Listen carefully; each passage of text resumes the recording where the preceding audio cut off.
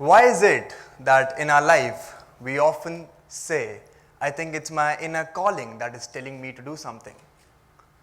We say it's my inner voice that is telling me to take action upon something. We use words like my instinct, my gut feeling. How is it that something within us can guide us for something outside of us? Let me share something with you. When I was in my 11th standard in school, there was a girl in our class, extremely smart, intelligent, and enthusiastic to perform well in her academics. She used to sit on the first bench of the middle row right in front of the teacher so that she could learn to her best capacities. One day I entered the class and I couldn't find her sitting on the first bench of the middle row. Instead, I found her to be sitting on the first bench of the cornermost row. I couldn't understand why it happened for the very first time. Within a few days, she was sitting on the second bench of the cornermost row of the class, and then on the third, and then on the fourth. And slowly, within a few days, she was sitting on the last bench of the cornermost row. I couldn't understand why it was happening. One day when we were studying business in our class, I happened to turn towards where she was sitting, and I found her to be weeping. She didn't want anyone to notice it, so she was hiding it with her face, but I happened to notice it, and a voice inside of me said, I need to ask her what's wrong. And I thought, okay, the teacher is teaching right now, I'll wait for the class to get over, and then reach out to her and ask her if everything's all right or not. The class got over, and I forgot to reach out to her. It slipped out of my mind. The next day I'd come to school, planned, okay, today I'll ask her if everything's all right or not, only to realize that she was absent that day. And the very same thing happened the very next day. It took me a while to let it in when we were told in the morning assembly in a couple of days that she was no more. She died of suicide. You're probably thinking exactly what I was thinking at that point of time. If only I had reached out to her and asked her what's wrong, maybe, just maybe, I could have saved her life. From that day onwards, a series of questions started running inside of my mind. How is it that I was able to sense that pattern of her moving from the first bench to the last bench of the class while no one else did? How is it that I was able to sense a possibility of something being wrong? Why is it that I felt the need to reach out to her? And lastly, what is it that stopped me from reaching out to her? All of these questions were taking me just to one place. I knew it isn't possible for me to find the answers anywhere around me, but within me. I was constantly thinking, how can something within us guide us for something outside of us? How is it that each one of us take different actions in different situations? And how is it that the best solutions are not the ones that we find on the outside, but the ones that we find on the inside? But what is this concept of the inside and the outside? All we have known until now is that there's just one world that exists, the world that we live in. Let me break it down to you. There are two. One which we live in, and another that lives inside of us. Everything we see and understand in this outer world is completely dependent on how we perceive anything through the inner world. Let me tell you what I mean by this. I call this the circle of importance. If I ask you to make a big circle and put the most important person in this world in the middle of that circle, and then ask you to make a second circle outside of it and put the second most important person in this world in that second circle, then a third circle and a fourth circle, who would you put as the most important person in this world in the middle of that first circle? Answer this by raising your hand when I ask you. How many of you would put there your parents? Thank you. How many of you would put there a world leader maybe? Thank you. How many of you would put there someone you look up to? Okay. And how many of you would put there yourself? Thank you. After all these years, I've realized that the most important person in this world that we live in is ourselves. For me, I am the most important person. Let me tell you what I mean by this. Let's say if I choose to put a world leader in the middle of that first circle as the most important person in this world, how would I know that they need to be there? Because I believe they will bring a positive change in this world. And how would I know that the change that they're trying to bring is a positive change? Because I believe it to be a positive change. And the same thing goes with someone we look up to. And let's say if I choose to put my parents in that first circle as the most important person in this world, how would I know their importance? How would I have the understanding of their love and the role that they play in my life? That is only possible when my beliefs, my perceptions, and my values are correct. But what forms a belief? How does someone believe something? Whatever our beliefs are, that decides how close we are to making anything our reality. As small as not snoozing the alarm in the morning to as big as bringing a change in this world. Right now, you're sitting here listening to the exact same thing which the person next to you is also listening. But your brain is taking this information differently and processing it differently than theirs. And it is all because of how your life has been completely different from them. Your life experiences, circumstances, feelings, everything has been different from them. And on the basis of all of these things, you consciously choose which words do you want to give more importance to out of all the things that you're listening to here. A belief is nothing else but a chosen perception, idea, or a thought that we consistently repeat to ourselves. So whatever we repeat to ourselves, we'll start to believe in it. That's why during COVID-19, when we used to call someone, there was this caller tune, wear masks, use hand sanitizers, and maintain social distancing every single time. After a point of time, it did get annoying, to be honest. They could have just told us once and we would have understood it, right?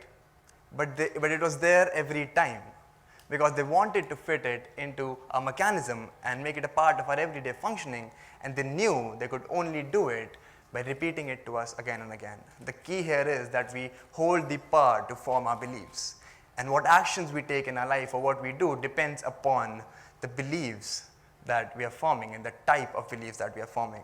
Whether they are destructive beliefs which are bad for us or others, or they are constructive beliefs which are good for us or others. To give you an example of this, Dr. Martin Luther King in his famous I Have a Dream speech used the words I have a dream 8 times. He could have just once said I have a dream and continued with telling us what his dreams were. But he chose to say it again and again, and with each time he said it, his belief in his dreams got stronger and stronger. And the same happened with the people who too believed in his dream.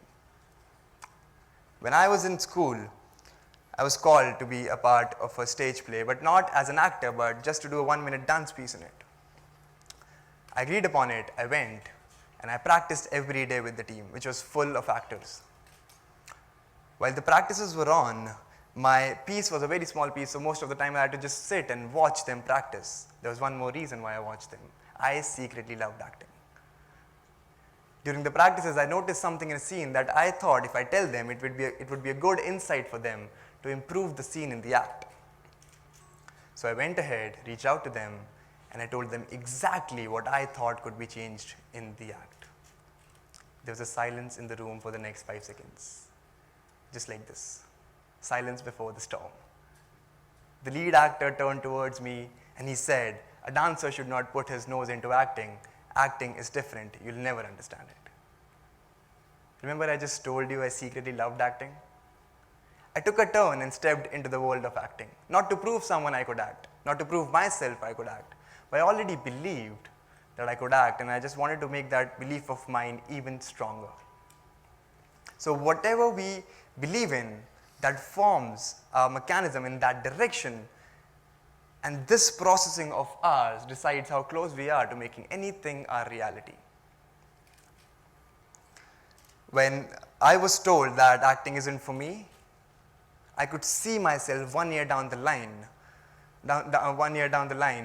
playing that part in the lead as a lead role, because 1 year down the line, that stage play was happening once again. Till that time, I prepared myself how much ever I could and learned whatever little I could about acting. And 1 year down the line, I was playing the lead role in it. And on the same stage, in the same play, at the same venue, I was blessed and fortunate enough to receive the special mention for Best Actor. How did this happen? We more often than not let the events around us affect who we are, how we are, what we do, and why we do it. If a situation does not go in our favor, we say and start believing, I feel a certain way, or I am a certain way because of this thing or this person. I didn't have a good day because of this thing or this person, which indicates we aren't in control. We are playing it opposite of how it should be. We are playing it outside in, whereas if we reverse it and play inside out, it will suddenly be very interesting. If we realize that our thoughts and how we feel has the potential to change the outcomes in our life, we go ahead and create our reality. It's true that we cannot predict our future, but it's also true that we can definitely create it. If we truly and deeply live a moment in our inner world which hasn't even occurred yet. The brain doesn't know if we are imagining it or we are experiencing it. So no matter how smart our brain is, it's still a bit dumb. So just like that acting incident, everything that I'm blessed with in my life, I've already visualized myself being there, doing it and fulfilling it before it has even occurred. This isn't my first TEDx talk. I've already given 3 TEDx talks in my bedroom. Because I believed someday I will be here standing on this red round carpet in front of these blocks and I will be talking to you. And that is how we conquer our inner world. So if we conquer our inner world, the outer world is ours forever. Any world leader you name them have been able to bring a change in this world only because they've already seen and visualized that change being made in their inner world. And that process of theirs have become the route, the map, the pathway for them to create it in the outer world. When elderly people are on their deathbeds, doctors do take care and consider the length of their life, but more than that, they work on the quality of their life. How does one live a quality life? In a survey, when elderly people were asked if they have any regrets in their life, the regrets that topped the list were all about fulfillment, feelings, emotions, relationships, connections, joy, happiness, humanity, kindness, and none of the materialistic things. It is these things that actually matter in our life. And all of these things are built upon the foundation of the inner world. We do so many different things in our life. When I said great things begin on the inside, I want to tell you that great things don't just begin on the inside, they also end on the inside. Out of all the things that we do in our life, each of them is for a reason. And the reason, if you notice, is always and always internal. If you spot a pair of shoes with a good design in a shop and you want to buy it, you're not buying it because it looks good, but you're buying it because it feels good to have a pair of shoes that looks good. Similarly, you're listening to a talk right now not to see how the speaker is presenting it, but to maybe learn something from it, grow from it, and become a better version of yourself. It is said that people might forget what you say, people might forget what you did, but people will never forget how you make them feel. If this is true, why not align what we say and what we do to make people feel good? Out of all of these things that we have just understood, the final question points out towards us.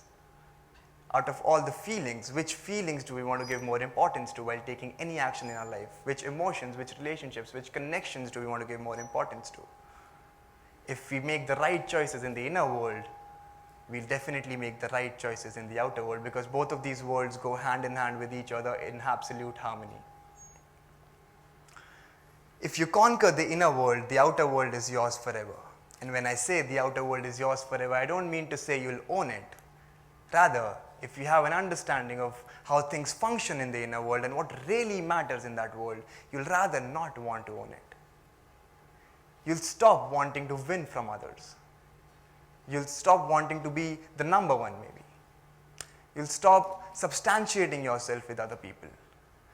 You'll stop running after the things that don't even matter in our life.